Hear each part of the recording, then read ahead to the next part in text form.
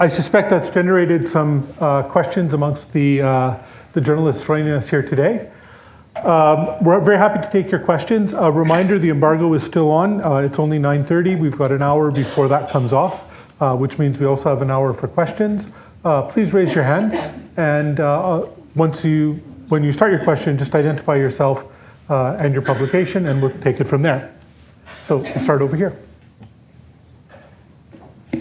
Hi, Joanna Puchinska from Reuters.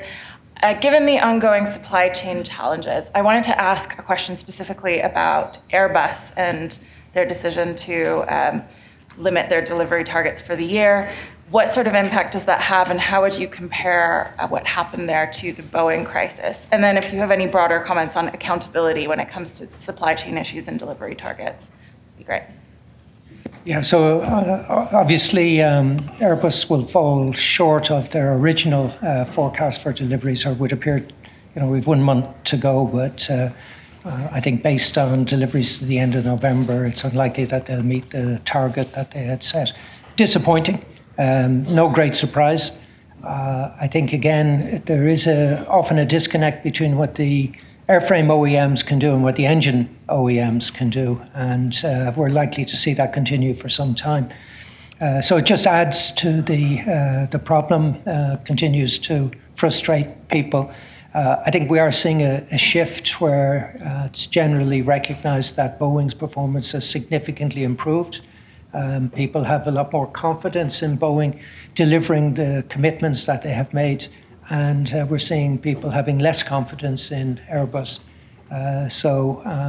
These things have happened before, but overall it's disappointing for the industry because we will have fewer new aircraft being delivered than was expected, which will mean that airlines that were due to take delivery of those new aircraft will continue to operate aircraft that they had planned to retire, or will have to continue to lease aircraft that they had planned to return to the lessor. So it's just adding to the cost that the industry is bearing.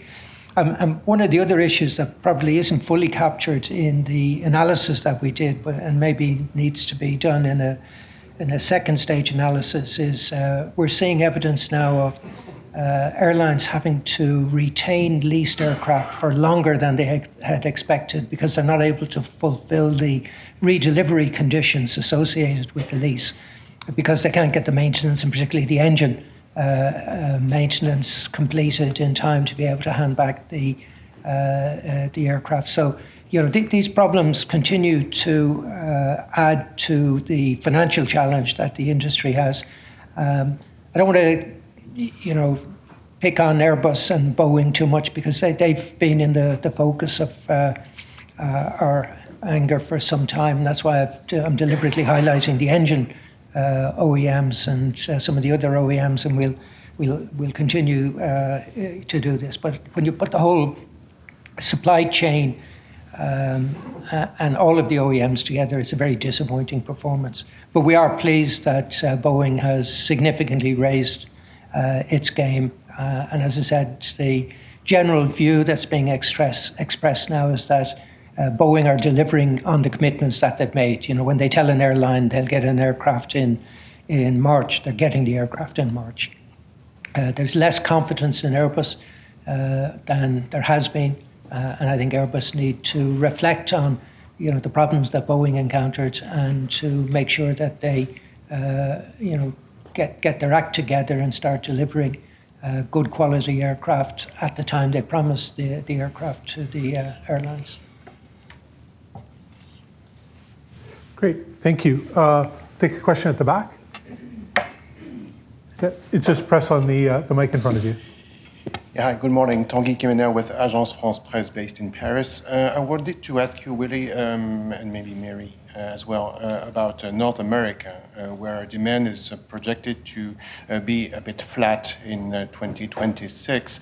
And I was wondering if the current administration's policies were playing a big role in that, especially when it comes, with enforcing immigration and the recent signals such as severely hiking national parks fees for foreigners.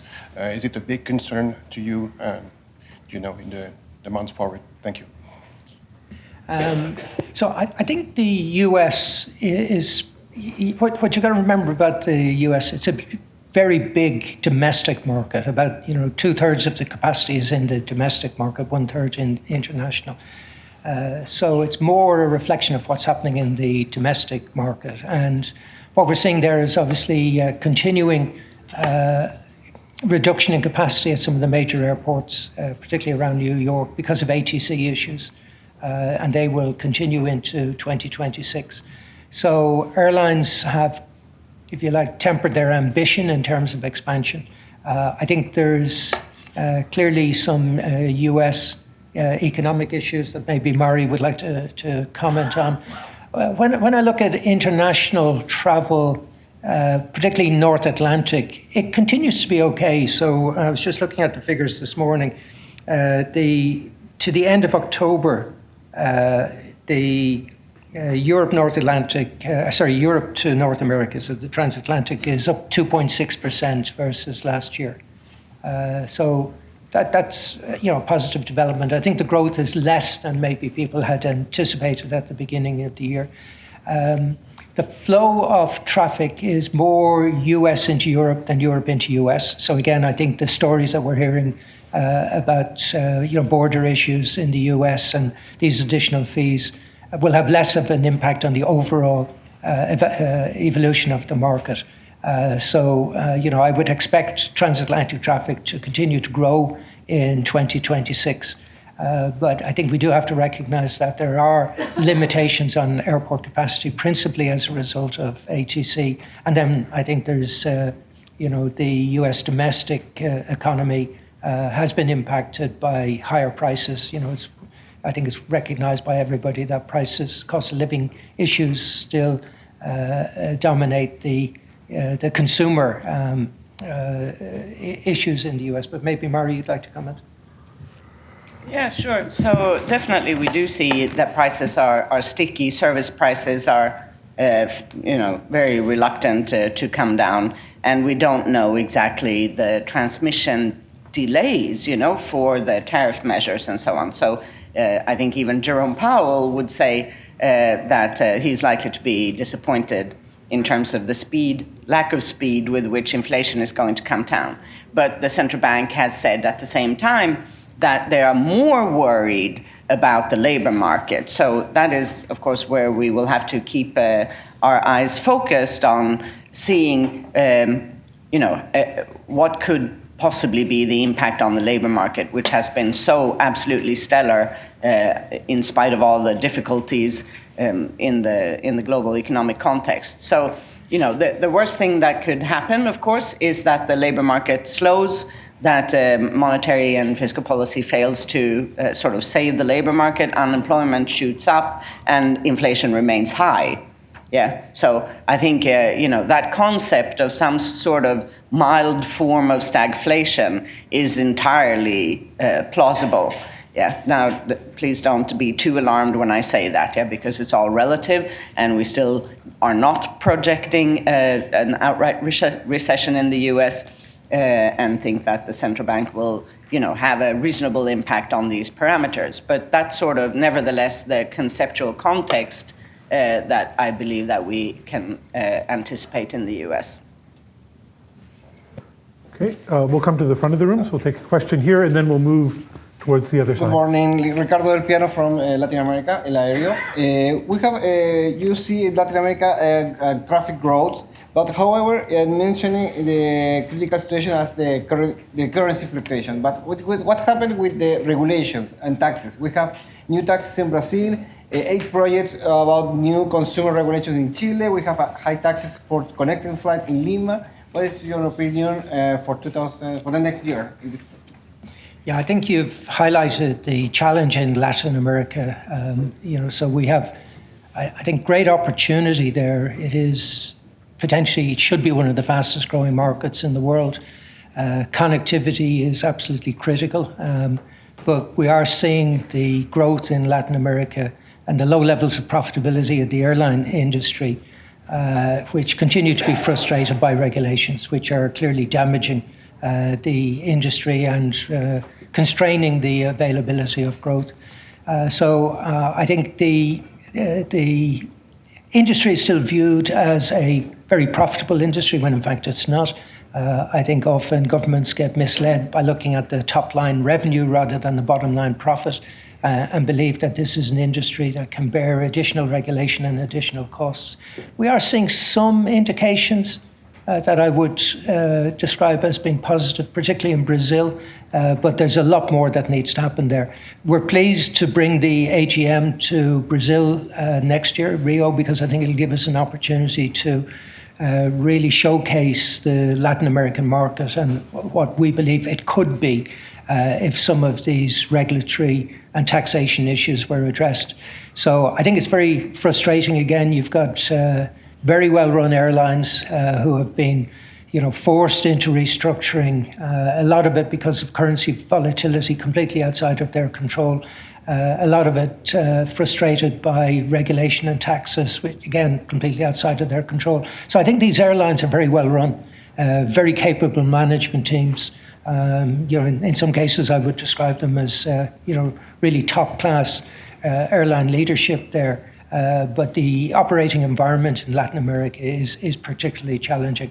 It's probably slightly better than Africa, but many of the issues we find in Africa, we find in Latin America as well. And it's disappointing because we do believe that there's enormous opportunity for growth in the market, which would help to facilitate greater economic growth as well. And that's the message that we will be delivering to governments, particularly at the AGM next year, when I think, as I said, we will have an opportunity to really showcase the Latin American market versus the rest of the world and what could be possible there.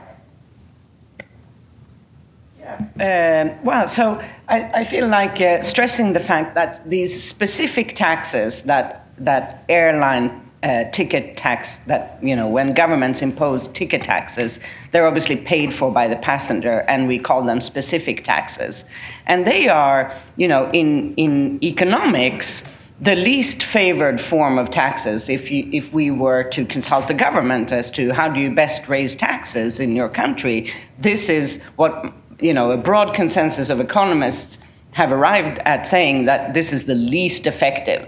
So because they tend to be very distortionary for the industry that they target, and then they raise very little money for the government.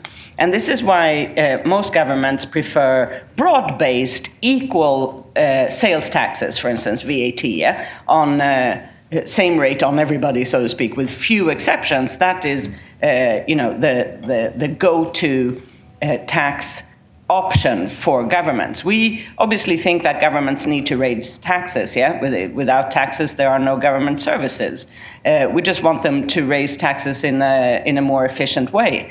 And again, I'm insisting on this fact that economists and I believe governments as well, some of them at least have now understood that specific ticket taxes come with the highest distortions and generate the least money. Okay, thank you. We'll go to the other side of the room. Kurt?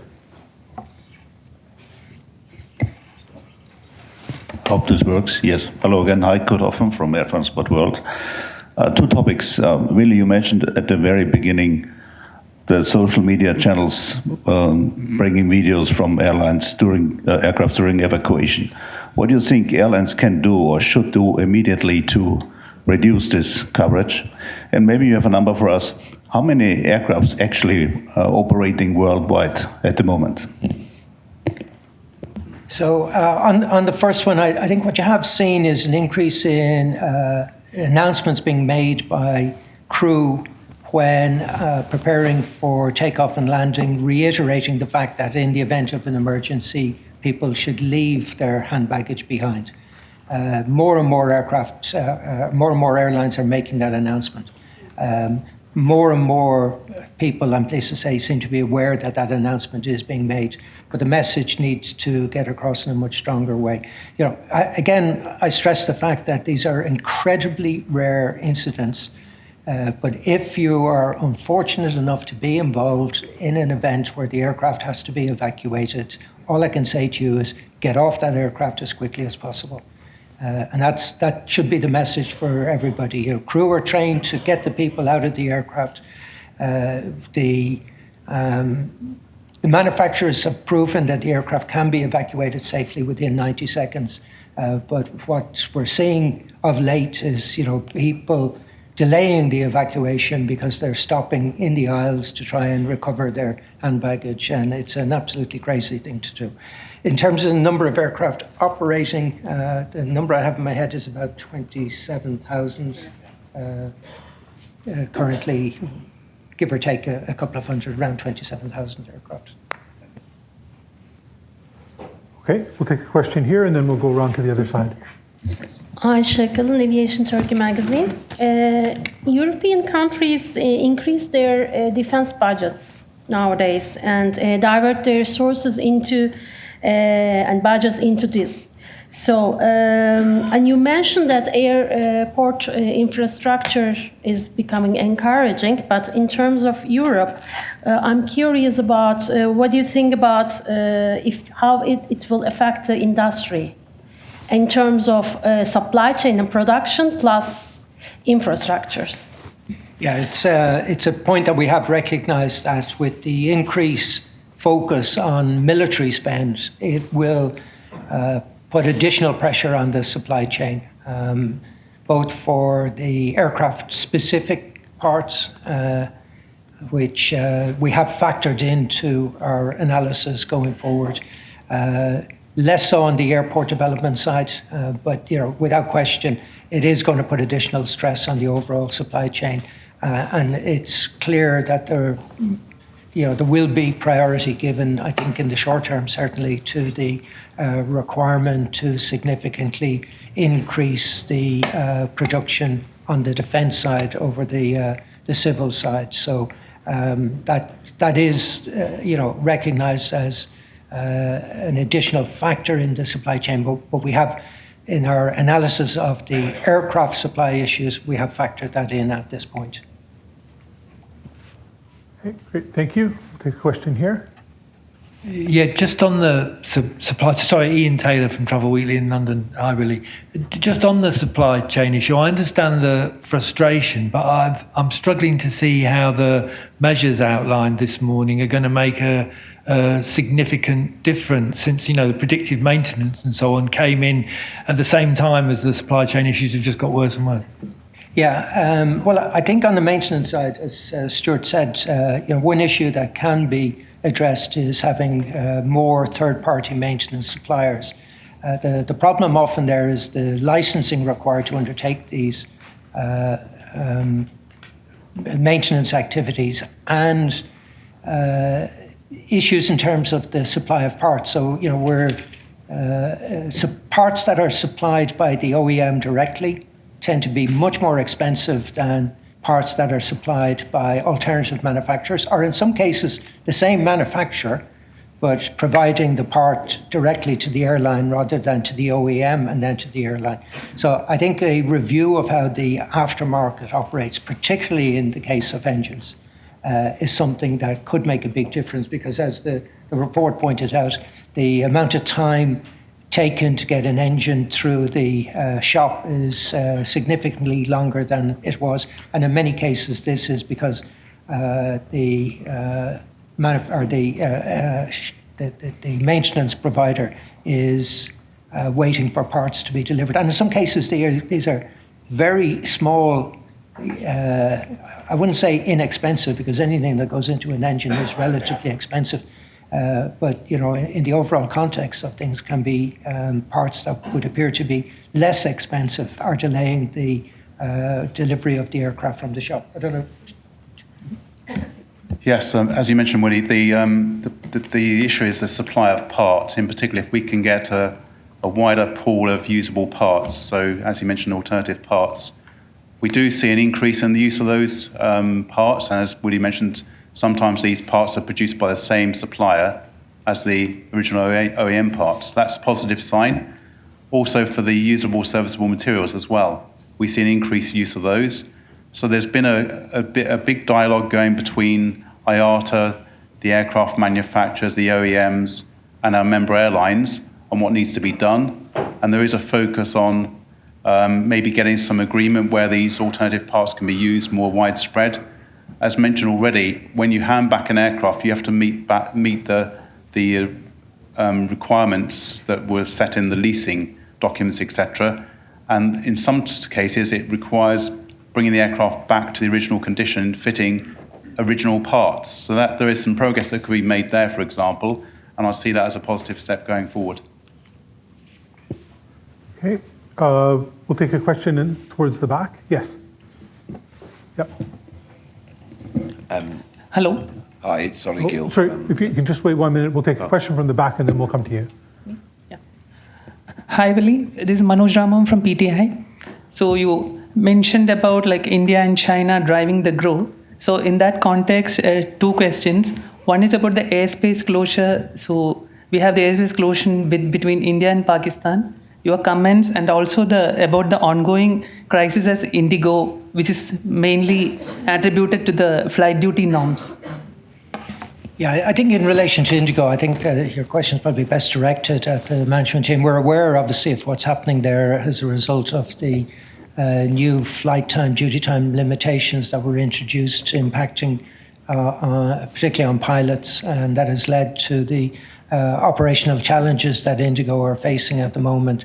But I'm not fully up to speed with the events there, other than I know that Indigo appear to be making progress in getting back to full operations. And from the last report I saw, expect to be back at full production by next week. But I think you're probably best directing that at the Indigo team.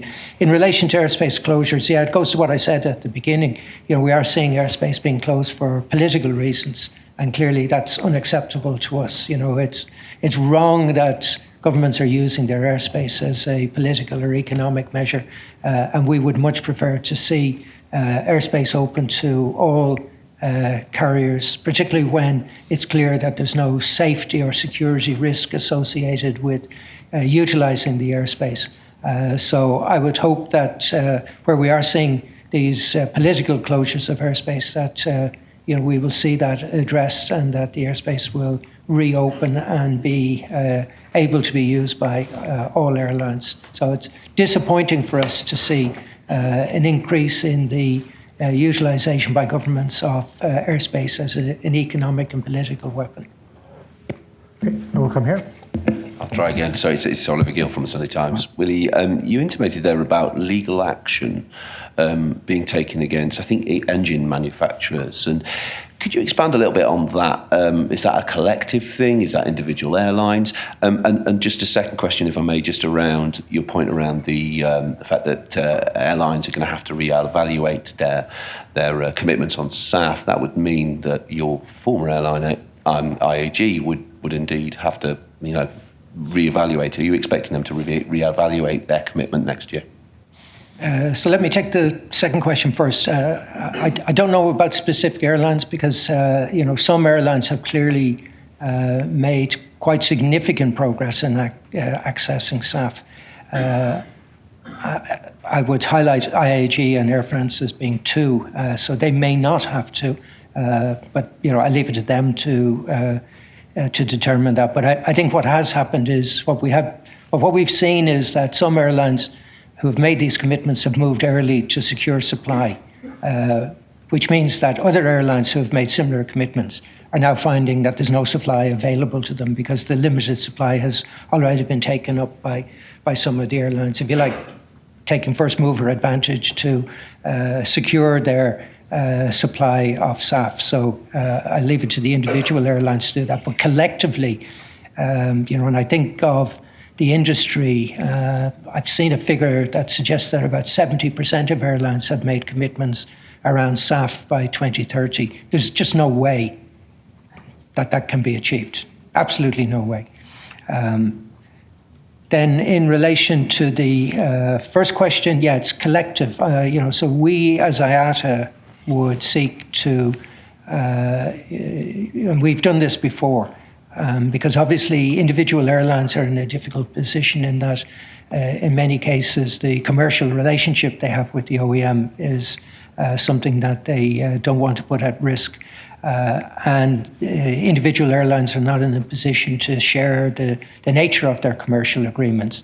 But what we have done in the past is utilizing external lawyers in a clean room, evaluate whether there is potential collective action on behalf of the industry rather than individual action. So this what we're evaluating is collective action, where IATA would facilitate an evaluation of the situation to consider whether there is evidence of practice that may fall foul of competition laws. I'm not saying there is. All I'm saying is that I find it deeply worrying that suppliers at a time of crisis in the supply chain can be generating margins in the high 20s when the airline industry is incurring significant additional cost. Given the evidence that's available to us at first glance, I think it does justify us taking a deeper look at this to see is there something going on that needs to be addressed at a legal level. But it's collective action. Hello, Gianni Dragoni from I'm here.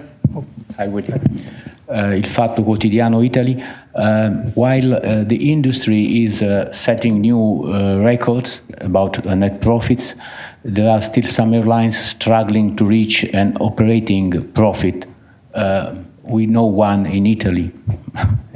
So how would you comment on that, and how many airlines do you estimate are still in the red?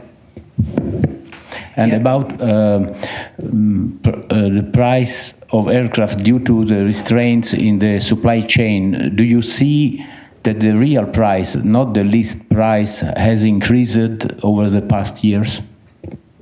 So you're quite right to highlight the fact that while at a global level we're forecasting net margins of 3.9%. That's not a record, by the way. Record margin was 5% in 2017. As Mari pointed out, we've never done better than 5%. But there is a long list of airlines that are struggling to make profits. And that is one of the challenges that we face. So, we don't comment on individual airline profitability. Our analysis has always been an overview of the whole industry.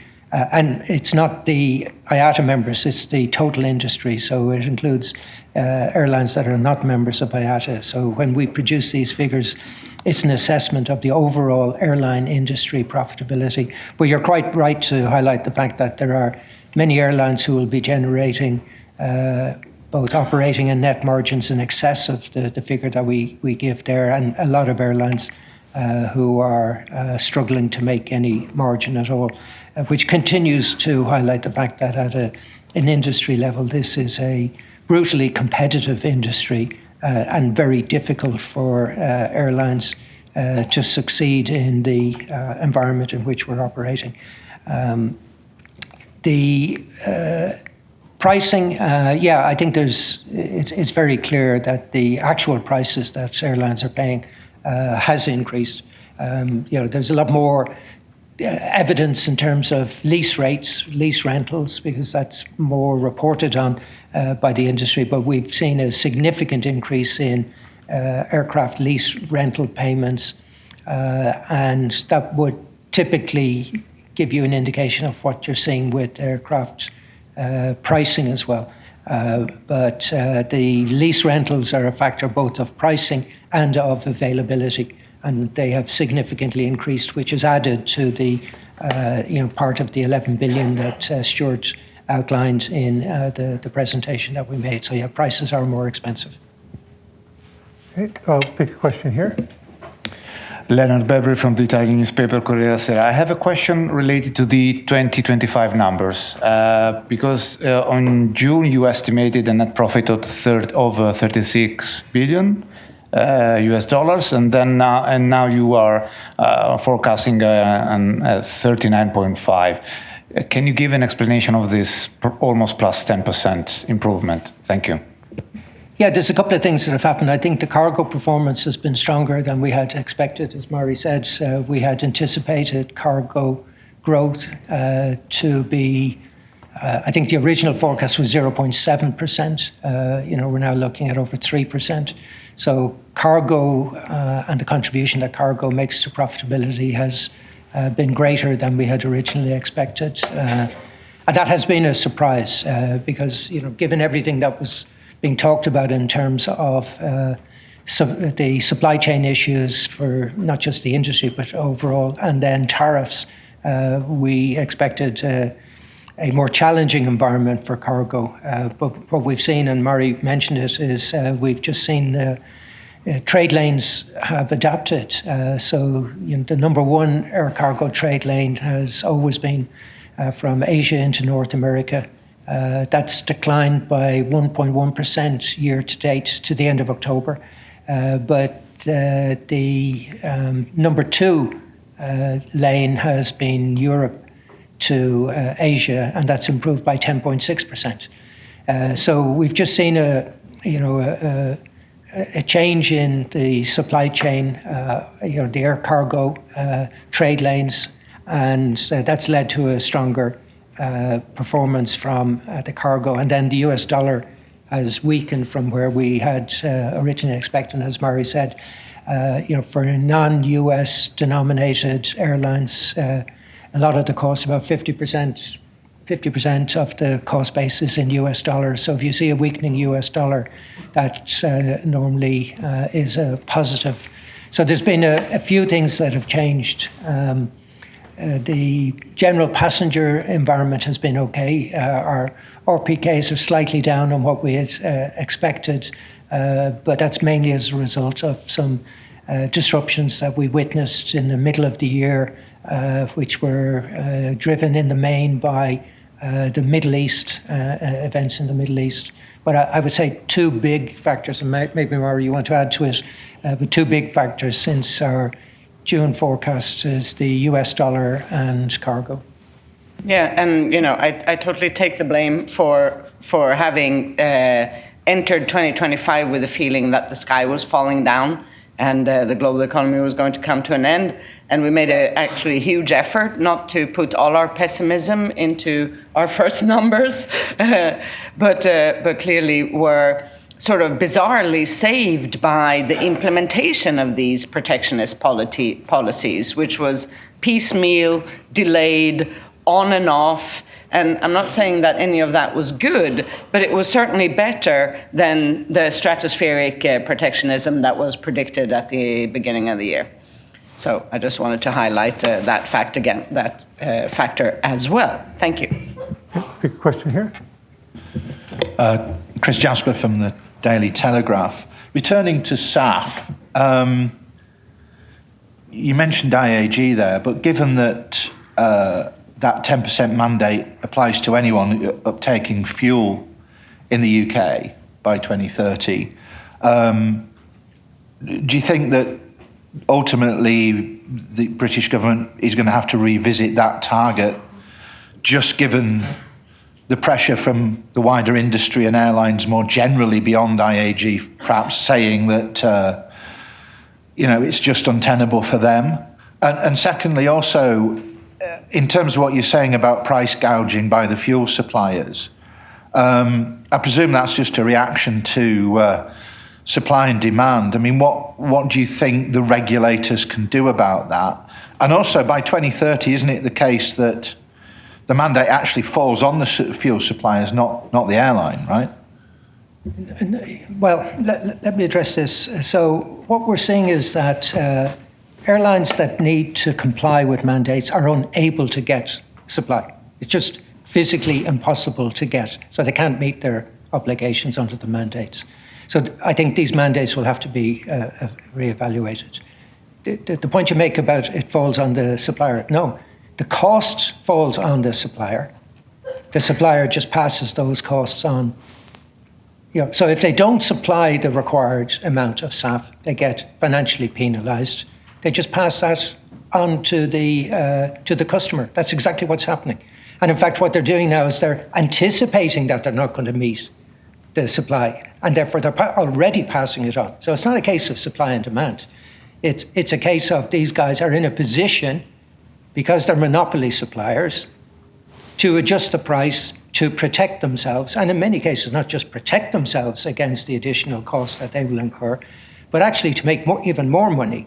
And that's what we're seeing. So that these compliance fees that are being introduced are in anticipation of additional costs that they will face because they're not meeting the compliance under the obligations of the mandates. And that's just going to escalate and escalate and escalate. So I think Mari has, it'll be in one of the presentations we have, which will demonstrate the risk here. So, I think where governments have introduced mandates in the genuine belief that these mandates would stimulate the supply, do need to look at what has actually happened, what is happening. Are we seeing supply being stimulated? The answer is no, we're not. In fact, we've seen a slowdown in the rate of the increase in the production of SAF. But what we have seen very clearly is prices significantly increasing. Now, the one thing I would say about the UK, which the UK has done better than the EU, is they've recognised that eSAF is, while important, they're not building up the requirement to produce eSAF, because I think there's a more fundamental debate that needs to take place around eSAF. Yes, we believe eSAF is important, but to produce sustainable eSAF, you have to have renewable energy. And we don't have sufficient renewable energy today. So, what governments would need to do is, first and foremost, focus on generating additional renewable electricity, which will be absolutely critical to the production of eSAF, before they mandate the production of eSAF for the industry. So I think the EU in particular has got this one completely wrong. The UK, I think, didn't fall into that trap. But my clear assessment of the situation is these mandates are not having the desired effect. And quite honestly, if they're not having the desired effect, if it was any commercial entity looking at a policy that they introduced and they recognized that it wasn't having the desired effect, they would immediately change it. And we need governments to recognize that that needs to happen with regard to these policy decisions that they've taken. And I'm not saying they need to stand up and say we got this wrong, because politicians never like to say this. But I think they do have an opportunity to stand up and say, actually, we've got a better idea. And that better idea should be to fundamentally review the mandates that they've put in place. Okay, take a question here. Hello, I'm Claire Boulot from the French magazine Challenges. I have a very quick question. Could you just tell us when was the last time Europe was the more profitable market, please? When was Europe the last leading in terms of industry profitability? Oh, good question. I'd need to check that. It's been the US for some years. Certainly coming out of COVID, it was the US. There would have been times prior to COVID. But let me have a look at that and come back to you. Okay, thank you. Okay, we'll take one on this side. Yeah, Karen? Thank you, Tony. Karen Walker at Transport World. Maybe Mari and Willie here, because you've talked quite a bit about the 2030 targets looking more challenging, shall we say. Where do you think that fits with 2050? So do you feel less optimistic for those, or do we really need to see things by 2030 happening for 2050 to have a chance? It's a great question. I think that the problem with, at an industry level, we did not set a 2030 target because our assessment of what was going to be possible by 2030 did not look externally ambitious. We believed that it was unlikely at an industry level that you could get greater than about 2.5% in 2030. So we decided that a short-term target in 2030 was largely irrelevant that the focus had to be long-term on 2050 and that we had to get the policy decisions, the right policy decisions in place to ensure that we would get to 2050. So the ambition has to be by 2050. I believe 2050 is still possible, but getting more and more challenging. But it is still possible. And maybe, what we're seeing at the moment should work as a wake-up call to, again, refocus on what needs to happen to enable this industry to get to net zero in 2050. So I've not encountered any change in commitment at an industry level around the 2050 target. But I have seen many airlines who, again, through no fault of their own, wished to demonstrate that they were ambitious in this area and set targets of SAF use in 2030, recognize that based on the production to date, that it's just not going to be possible for them to do that. And individual airlines who set it probably set those targets without paying too much attention to what was happening outside of their ability to source SAF. So there could well be airlines that will be able to achieve 10% in 2030, but the number of airlines who've made that commitment to use of SAF in 2030 demonstrates to us that it's going to be impossible. And we are seeing that now. We're seeing airlines who said, I'm now going to the market looking for SAF, and there's just no supply available. Any supply that was available has already been acquired by airlines who moved sooner. And that's not a criticism that they should have moved earlier. It's a criticism of the fact that the supply just doesn't exist. There is insufficient supply available to fulfill the commitments that all of these individual airlines have made. So I still think 2050 is possible. I haven't changed my view that it's going to be extremely challenging and it is going to be expensive, but I still believe it's possible. Okay, take a question here. Yes, Dan Kramer, Travel Media, the Netherlands. Could you comment on the safety issue of the recent disturbance by drones, especially in Western Europe, and also the lack of transparency, who or what is behind this?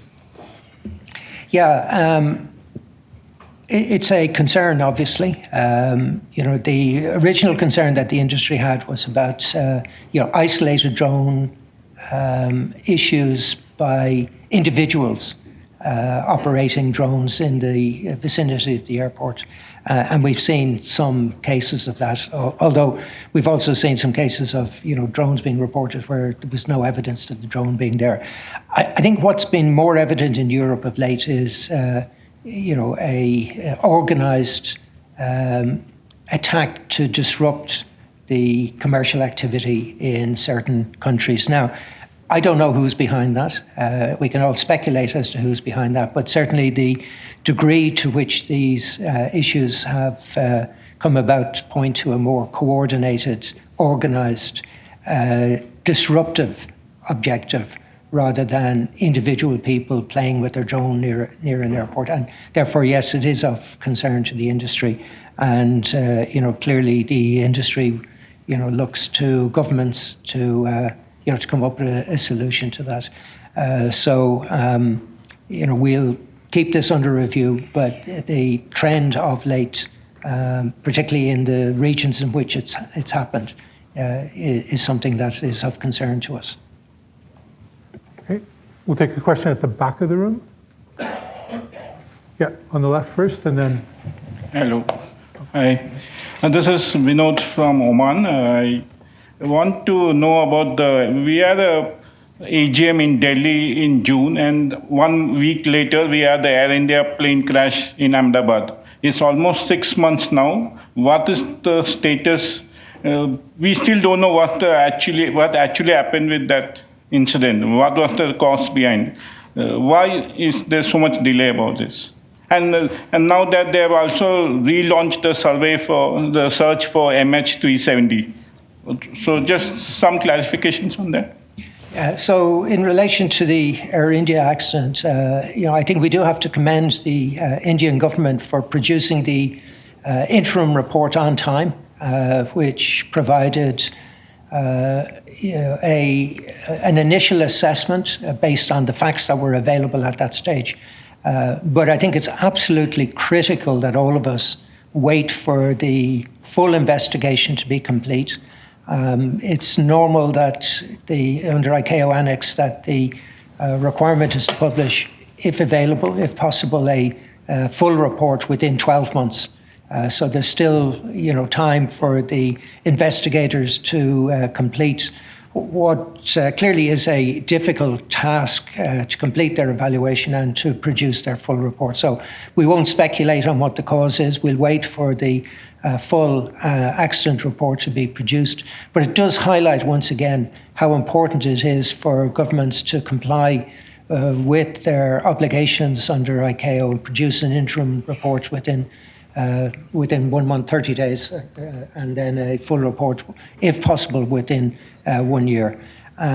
So we'll wait for that. And I'm sure people will welcome the fact that the search for the Malaysia aircraft has restarted again. And, it clearly would be of benefit to everybody if we could find greater clarity around that and to be able to complete the investigation into the disappearance of that aircraft. But I don't have any information. I'm not going to speculate. I'll wait for the investigations to conclude and the reports to be published. Okay, to the left. Yeah. Hi, Brent Penner from CNC3 Television. 2 quick questions. The press release mentions conflicts continuing to hamper airlines with significant costs. Is there a monetary figure attached to that? And the second question is, you spoke about political use of airspace and it being inappropriate. We've seen the American president declare online that Venezuelan airspace is closed. There's a NOTAM that has caused several airlines to stop service. So your thoughts on that and the future of airlines operating in the region, both from a safety perspective and a traffic perspective? Yeah, my comment applies everywhere in the world in relation to airspace. We don't like to see airspace being used for political reasons. And airlines will undertake an assessment where there is a risk to safety and security, and it will be an individual airline decision. So, there are proper channels to be used to announce the closure of airspace. We would encourage all governments to follow those procedures. And even where airspace is declared to be open and available, it's still the responsibility of the individual airline to conduct a risk assessment and satisfy themselves that it's safe for them to continue to operate. And just because one airline operates and has decided that it's safe to do so, does not mean that other airlines will operate. And it doesn't mean that the airline that's operating has made the wrong decision, because the circumstances are different for every airline. And that's why you've got multiple stages in risk evaluation, right down to the responsibility of the commander, the pilot in command, to make a decision before the flight as to whether they can satisfy themselves that the flight can be conducted in a safe manner. So, the risk assessment that airlines undertake is very detailed, and each individual airline, will conduct their own risk assessment to satisfy themselves that it's safe to operate. And we believe that that's the right thing to do, and we would encourage governments to conduct their activities in accordance with their obligations under the ICAO procedures and the various agreements that have been reached around access to airspace. Yep. Good morning, Kate Duffy from Bloomberg News.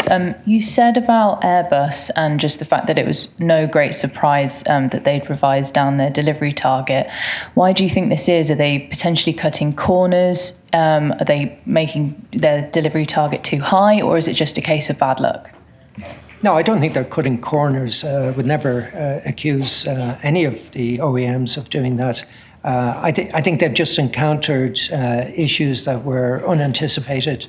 And that's caused them to have to reevaluate their ability to deliver. We always see a a rush of deliveries in the final month of the year, given that it's also their financial year. So that's nothing surprising there. But I think there often is a disconnect between the ability of the airframe OEM to produce the airframe and the engine OEM to produce the engine at the same time as the airframe is available. And we have seen cases where a lot of airframes have been built, but they're waiting for engine supply. So we recognise it's a complex issue, but I don't have any concerns about Airbus cutting corners or anything like that. I think it's just the ambition that they expressed was probably beyond what was possible, and nothing strange in that. I don't think they've met their delivery forecast for a couple of years now.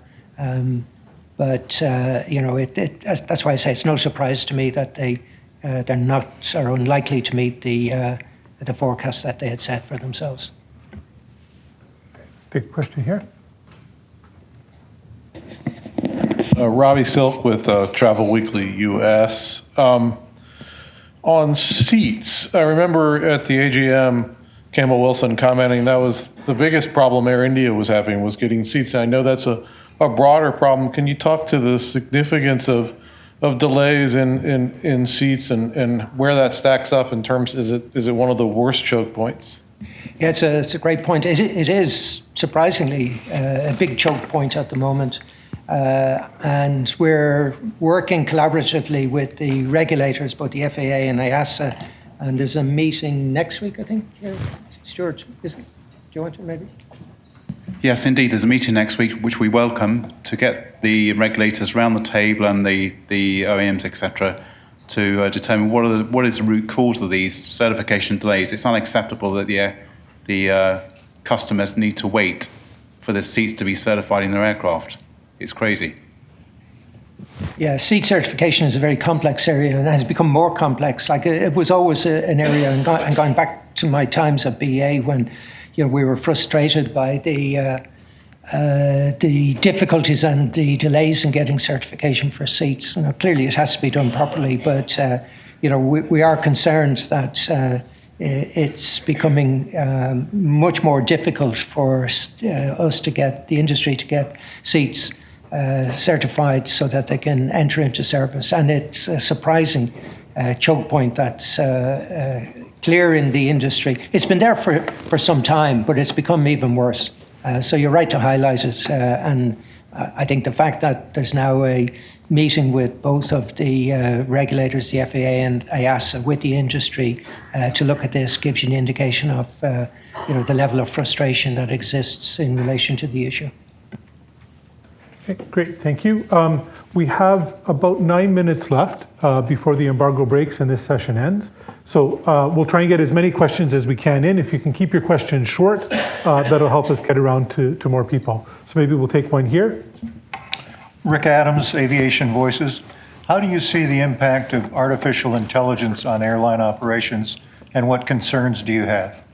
Yeah, great question. And to be honest, I don't think it's a question that anybody can answer at this stage, other than to say that there's clear opportunities and probably some threats as well. So AI is being evaluated in every aspect of airline operations, where airlines believe that there's an opportunity for them to use it in a more to improve the efficiency of their operation, which we believe is possible. Stuart mentioned using it in terms of maintenance reliability, which we have been using for some time, but clearly advances in technology will make that even better for revenue management. You think of any aspect of an airline operation, we believe that AI will have an impact. Now, whether this will be net positive or net negative, I think is still an issue that's under debate. Personally, I believe it's going to be a net positive for the industry.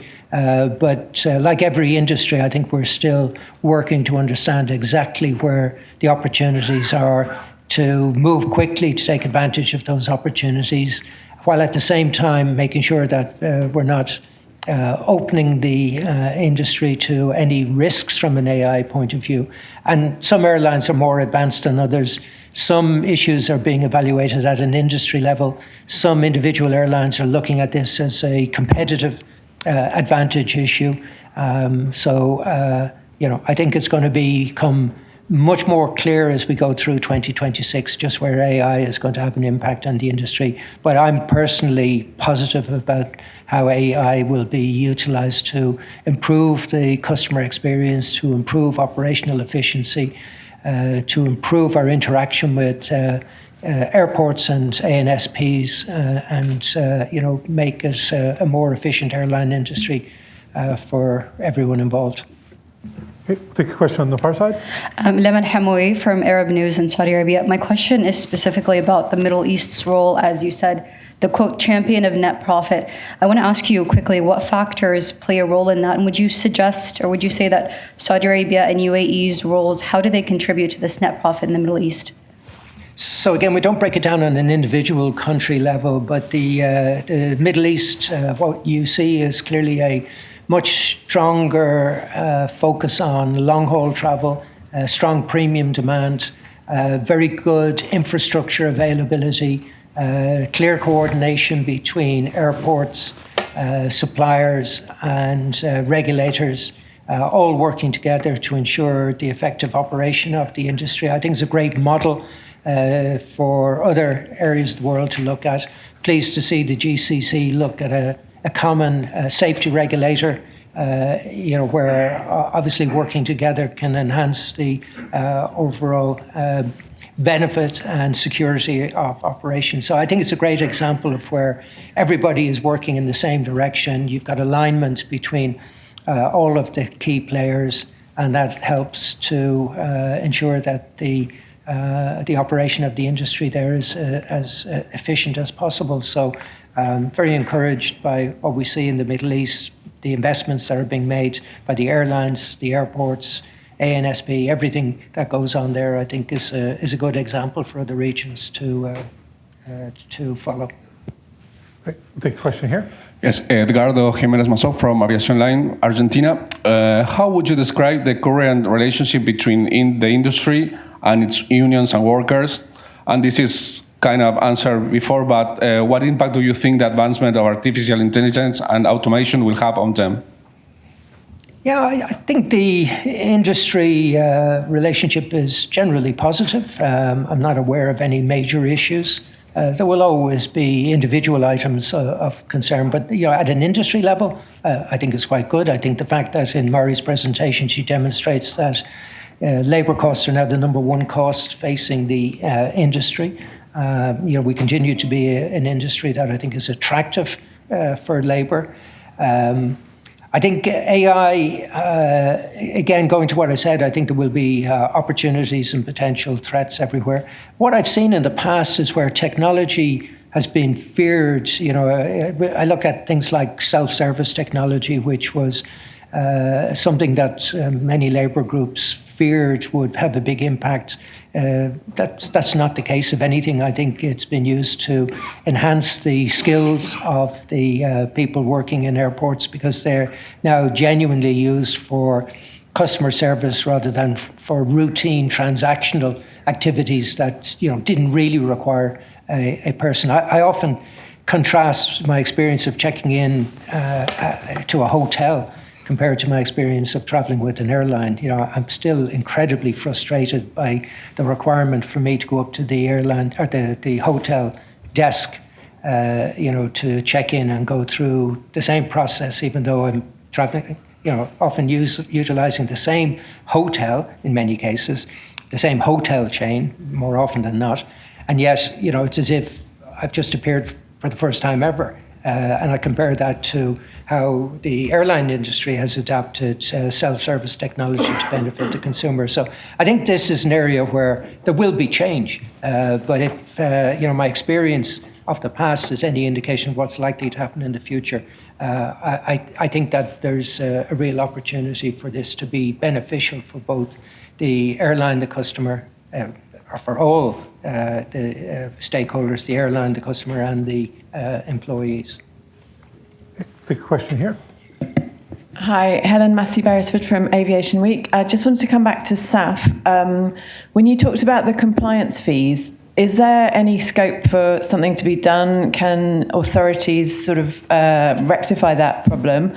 And just on the mandates, to be clear, you think the 2030 EU mandates need to be reevaluated, is that right? And if so, how would that process start?